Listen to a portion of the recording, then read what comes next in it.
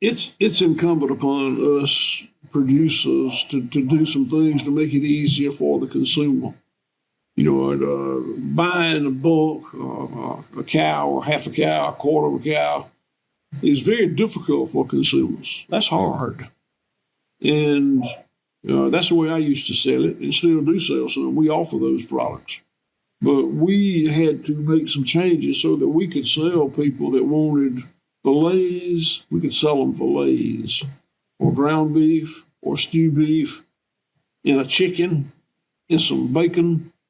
And it's going to be incumbent upon we producers to make it convenient for customers. We're already asking them to pay more, and we can't get away from that. It costs more to produce beef or to farm this way than it does industrially. So I already asked them to pay more. We can't ask them to be inconvenienced. We've got to do what it takes to make it easy for the consumer to buy it from us. What ideas do you have around that? Well, the first thing we did is our online store, and that was not successful to begin with. When the pandemic hit, it became very important to us, and it's where we make most of our money today. We still sell to some wholesale grocers. It's not very profitable for us.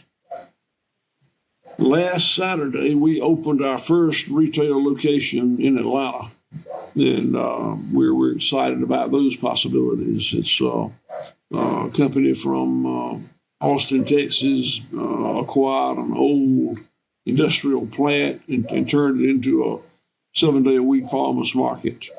So we get caused us to have employees in Atlanta. I got 170 employees on this farm, and I've gotten used to that.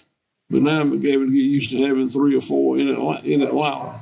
But if that works, then we'll have another one, and I don't want to see how many I can have, but I need to have enough to sell what I produce. Again, we're not trying to get bigger and bigger. And we, as a family, discussed the fact that if we grew this business much more, we would need to hire a CEO. And we don't want that. A CEO is going to be understandably focused on the month, the quarter, the year.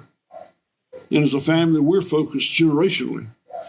We do things on this farm that we know will not pay off in a month or a quarter or a year, but we believe our great-grandchildren will be benefited by it.